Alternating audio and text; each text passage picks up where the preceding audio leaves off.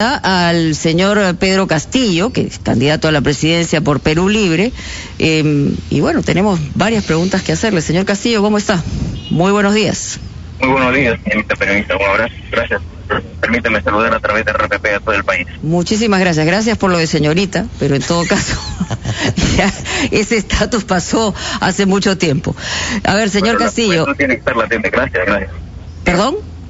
Sí, la juventud, tenemos que sentirnos jóvenes. El Perú hace necesario que la energía tiene que estar adelante. Muchas gracias. Bueno, evidentemente usted es un poco más joven que yo.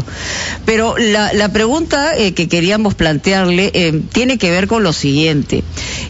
Al haber usted asegurado que cuando llegue y si llegara a la presidencia va a desactivar el Tribunal Constitucional, la gran pregunta es, ¿estamos hablando simplemente de un enunciado o estamos hablando de un procedimiento dentro de la Constitución? Porque eso no podría ocurrir de la noche a la mañana. ¿Y por qué lo haría? ¿Para qué lo haría? Usted ha hablado de que es protector de corruptos, pero la institución del Tribunal Constitucional en momentos clave ha sido el gran interpretador de la Constitución y su ejecución. O sea, cuéntenos ¿qué es lo que usted está pensando y por qué está pensando de esa manera? Si hacemos el cambio de la Constitución, ¿por qué? Porque también Lo estoy perdiendo, señor Castillo, a ver si lo podemos retomar, porque tenemos algunos inconvenientes. Me imagino que usted está recorriendo el país en los últimos días de campaña. Hoy es el cierre de la campaña electoral de los candidatos y vamos a tratar de lograr que podamos tener una comunicación fluida, porque es muy importante que responda a varias preguntas. En época electoral se abre pues el festival de ofertas, pero hay que aterrizarlas un poco para entender cuál es el razonamiento que pueda tener cada uno de los candidatos, ¿no? Mónica, en su momento el miembro titular del Tribunal Constitucional, el magistrado Carlos Ramos, se había pronunciado sobre esta propuesta y dijo pues de que era totalmente inviable para el país, además de que por supuesto iba contra la institucionalidad democrática. Así que, como bien tú dices, en campaña electoral se ofrece el oro y el moro, ¿no? Sí, a ver, creo que sí, ya lo hemos captado nuevamente y la comunicación puede ser mejor. Señor Castillo, ¿me escucha? Gracias, mi estimada Mónica. ¿Cómo le va? Ya. Muy bien, ahora, explíquenos no lo está planteando solamente Pedro Castillo, no la plantea Perú Libre, la plantea el pueblo, las demandas del pueblo que han salido a luchar. Hoy una vez más manifiesta, no solamente defiende corruptos, sino defiende a una constitución que ha terminado con los derechos constitucionales de la población. O sea, el poblador que está allá reclamando un derecho termina desangrándose a la gente allá. Hoy el Congreso, por ejemplo, a lo que se ha visto obligado a aprobar leyes, lo que dice la calle. Por insistencia, le da al gobierno central una ley que está en sintonía con la población. No tiene iniciativa de gasto y puede llegar. ¿A dónde quiero llegar, mi estimada Mónica? A ver, llegue. El Congreso de la República aprueba normas por insistencia y le da al gobierno central. El gobierno central dice, esto es inconstitucional. Así es. Choca contra los intereses, no hay economía, no hay nada. Le da al tribunal, le dice, necesito una demanda de inconstitucionalidad. Entonces, ¿para qué es el tribunal? ¿Para defender al pueblo o para defender una constitución? Para defender la constitución, cualquiera sea, la que rija. Esta constitución ya no da para más. Por eso es que el mismo tribunal, los magistrados están defendiendo una constitución que ha terminado con todos los derechos y con el saqueo del país. Lo que tenemos que hacer es que los magistrados tienen que convertirse en los verdaderos tribunos del pueblo para defender un derecho constitucional como la educación, como la salud. O sea, ¿le importa un pepino al Tribunal Constitucional, por ejemplo, qué ha pasado con la pandemia? En este momento, más de 8 millones de estudiantes que hay necesidad de que se consiga la educación como un derecho. Señor Castillo, para responder preguntas, porque es importante entenderlo. Aquí nadie quiere tener, digamos, una mirada distinta, pero hay que aterrizar cosas que sean posibles, verosímiles, realistas, que mejoren la calidad de vida. Mi estimada Mónica, hay muchas personas identificadas con el país que tranquilamente podrían convertirse en los nuevos magistrados. Pero quien elige al Tribunal Constitucional es un Congreso totalmente deslegitimado, bajo intereses. Entonces, ¿por qué no puede hacerse una nueva elección del Tribunal Constitucional por mandato popular? Pero entonces también está delegitimado el Congreso, como usted señala, o sea... Por supuesto, bueno. que es un Congreso... Pero hay más preguntas, no quiero monopolizar el comentario y la conversación, y me parece estupendo que usted esté dispuesto a responder. Adelante, Carlos. Sí, no, insistiendo en el tema, señor Castillo, usted dice que esta Constitución, a su criterio, está deslegitimada, pero es la que está vigente, y el Tribunal Constitucional tiene que interpretar la Carta Magna tal y como está. Evidentemente, si no le gusta... están promoviendo ustedes su cambio, pero eso, mi estimado Carlos, vamos a ser respetuosos de esta Constitución hasta que el pueblo decida su cambio. Pero no por vamos a cambiar en el momento. Pero por eso usted dice, permítame, pero señor Castillo, vamos a cambiar la Constitución, la tenemos que cambiar. Pero por el momento, señor Castillo, hay que respetar esta Constitución, nos guste o no. Estamos respetando. No, porque vamos usted en este momento que se cambie. Permítame preguntarle, por favor. Usted dice que el Tribunal Constitucional está defendiendo a corruptos. Lo que ha hecho el Tribunal es, obviamente, aplicar la Constitución, determinar la constitucionalidad de algunas normas que fueron aprobadas en el Congreso. Entonces, ¿por qué hablar de desactivarlo? ¿Esto no va en contra de la institucionalidad democrática en el país? Pero la democracia tiene que salir del pueblo, no de partidos que se han coludido no solamente con la corrupción, sino que han saqueado al país. ¿Cómo está la clase política ahora? ¿Cómo hemos tenido ahora últimamente el Congreso? Totalmente, aparte del legitimado, y llevan puntos a debates a la gran Asamblea Nacional del Debate Nacional. ¿Acaso ha emergido la gran causa del pueblo peruano? Fernando. Señor Castillo, buenos días. Hemos comprendido sus ideas sobre temas constitucionales. Buenos días. Pero yo quisiera regresar al tema de la corrupción, porque usted está proponiendo medidas severas para quienes cometan ese delito aberrante. Pero, sin embargo, el fundador del partido en el que usted postula ha sido condenado por corrupción a 4 años en el ejercicio de su función. Déjeme terminar la pregunta y después podrá contestar. Usted ha negado lo que es un hecho evidente, que hay una condena a él, que es la razón por la que no puede postular. Por supuesto que hay un procedimiento pendiente porque ha apelado, pero ¿por qué niega usted que su compañero de partido ha sido condenado por corrupción? No la estoy negando, está en un proceso que está en investigación. Lo que pasa es que en el Perú ha sido condenado ya, señor Castillo. Sí, no comience mal distorsionando la verdad. Ha sido condenado. Hay una investigación, mi estimado Fernando. ¿Ha sido condenado o no? Contésteme precisamente a eso, por favor. Ha sido condenado no por corrupción, sino por la corrupción.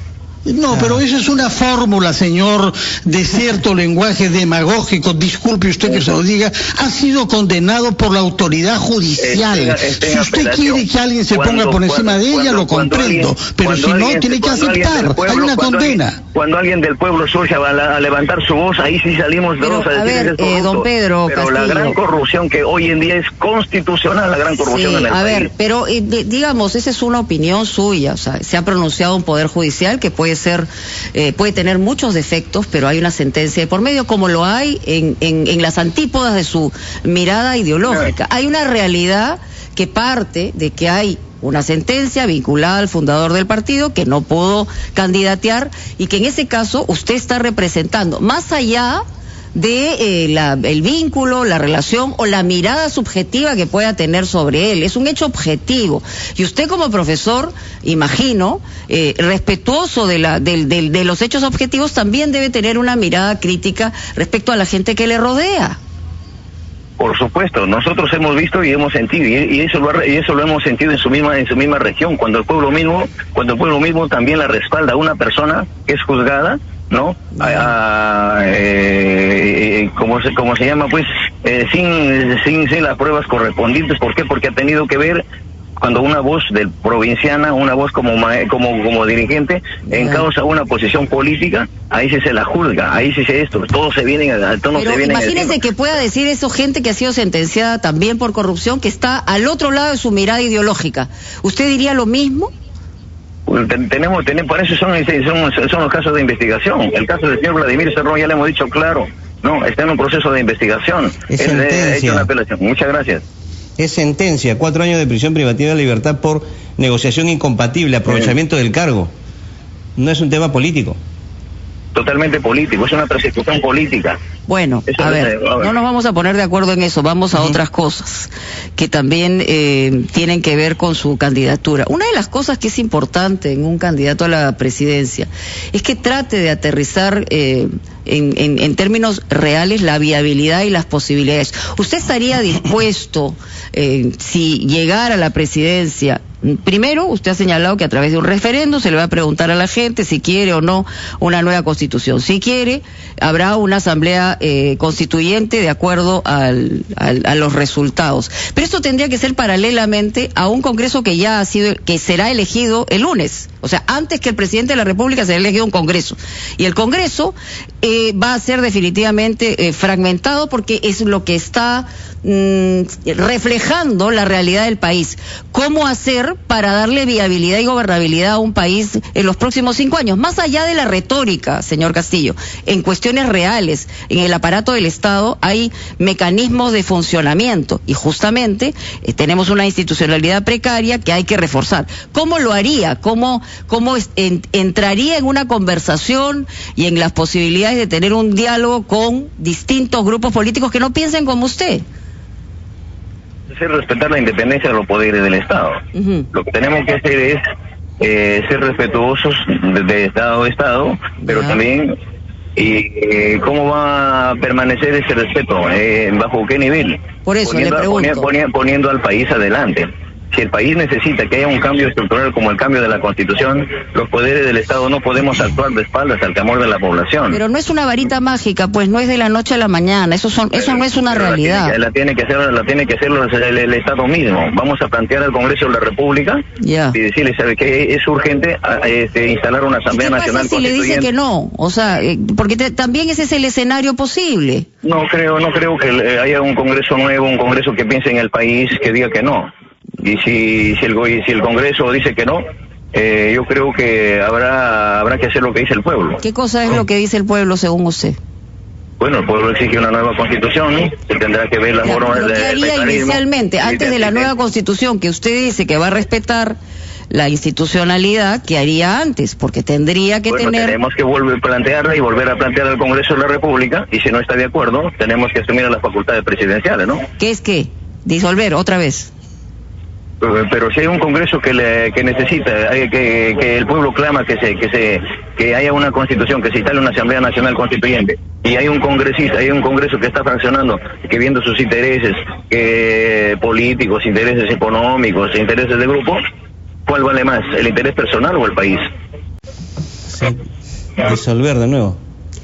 Sí, ¿qué hacemos? Vamos a una pausa primero, le pedimos por favor al señor Castillo que nos espere. Todavía hay muchas cosas que conversar con usted porque es importante aterrizar sus ideas y su visión de país. Es muy importante también aterrizar sobre la necesidad de mejorar la institucionalidad del país, no generar más ingobernabilidad. Ese es un tema sobre el que queremos seguir preguntándole. Vamos a una pausa.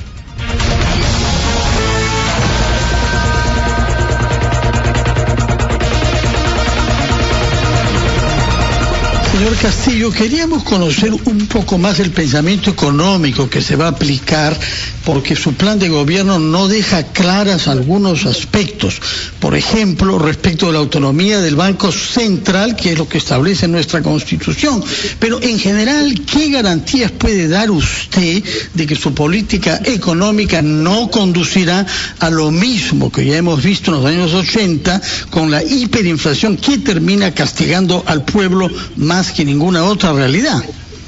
Bueno, lo que tenemos que hacer es darle confianza al país y decirle que las personas que asuman el Estado tienen que tener amor al país, tienen que primero desprenderse de intereses económicos, políticas y partidarias. Bienvenida a la empresa privada nacional, pero con reglas claras para no abusar de nuestros hermanos trabajadores. Vamos a darle garantía no solamente económica, sino administrativa y legal a los micros y pequeños empresarios para que tengan confianza en un gobierno y salgamos adelante a la familia. Bienvenida a la extracción minera, bienvenida a la empresa internacional, pero primero tenemos que poner por delante las grandes necesidades del país, ¿no? Vamos a ver de qué manera se va a garantizar la inversión internacional, como usted señala. Tiene que haber una con seguridad jurídica. a todas las empresas que quieran invertir en nuestro país. La extracción minera se tiene que llevar a cabo donde la naturaleza y la población la permitan. Por ejemplo, ¿dónde? Cualquier parte del país, pero hay varios proyectos, por eso le preguntaba. Sí, y eso van a ser debatidos también en la propia Constitución política. Acá no va a gobernar Pedro Castillo ni Perú Libre, la que tiene que gobernar es el pueblo organizado. Vamos a llamar eso suena muy bien, señor Castillo. Por ejemplo, usted ha dicho que los ministros van a ser elegidos por el pueblo, por los gremios. Yo le preguntaría, en el caso del Ministerio de Educación, usted que es profesor, ¿qué gremio lo elegiría? Los maestros.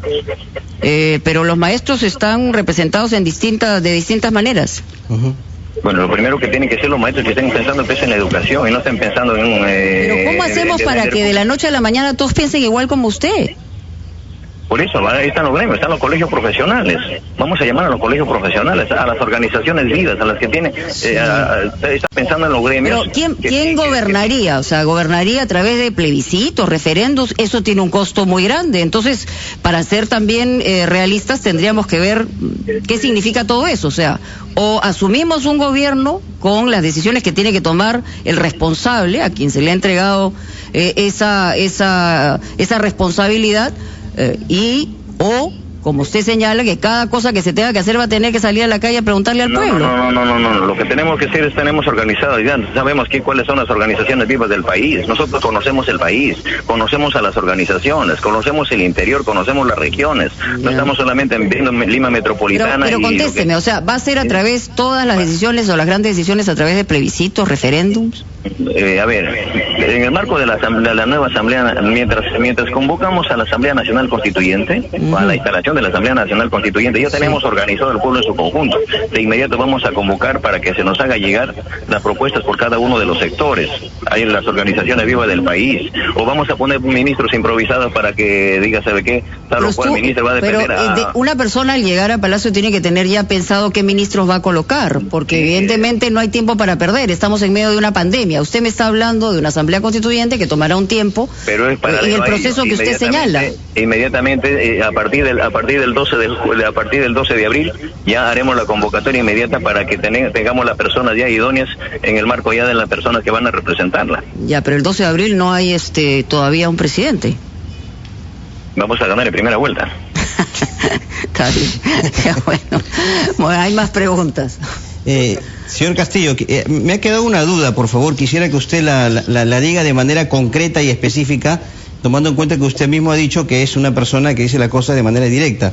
Si el Congreso no atiende los pedidos del pueblo, ¿usted lo va a cerrar? Yo no la voy a cerrar, la va a cerrar el mismo pueblo. Todo va a ser con el pueblo. Esa es una alegoría, pues, señor Castillo. Claro. Quien disuelve, de acuerdo a la Constitución, el Congreso por X motivos es el presidente. ¿Usted lo va a hacer? Si el pueblo nos da la facultad, lo haremos. Lo va a hacer.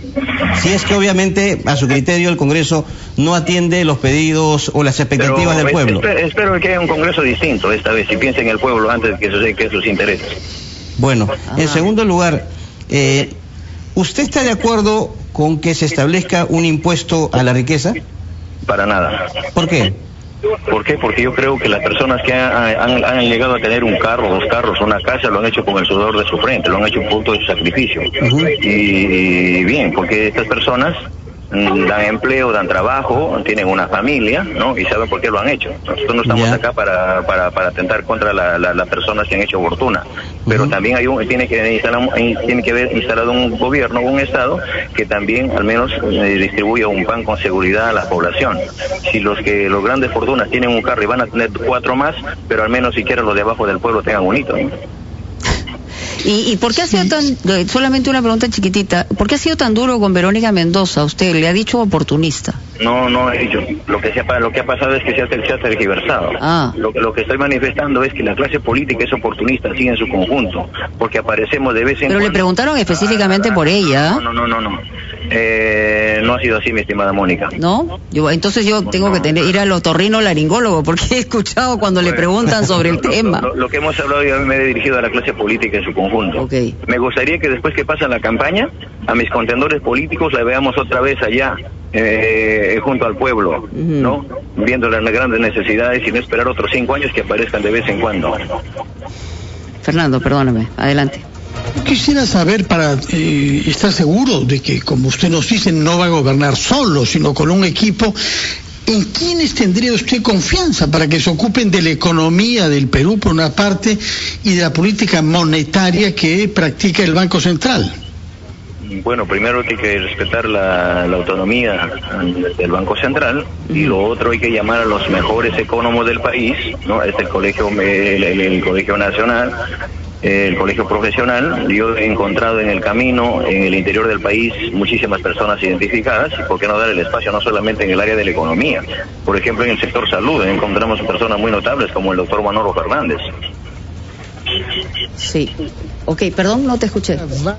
Vamos a pausa. Y ahí nos encantaría seguir conversando con usted, señor Castillo, pero lamentablemente ya el tiempo nos ha ganado. Muy amable por estar con nosotros. Sí, tenemos que ir a la pausa obligatoriamente y ya regresamos a Ampliación de Noticias.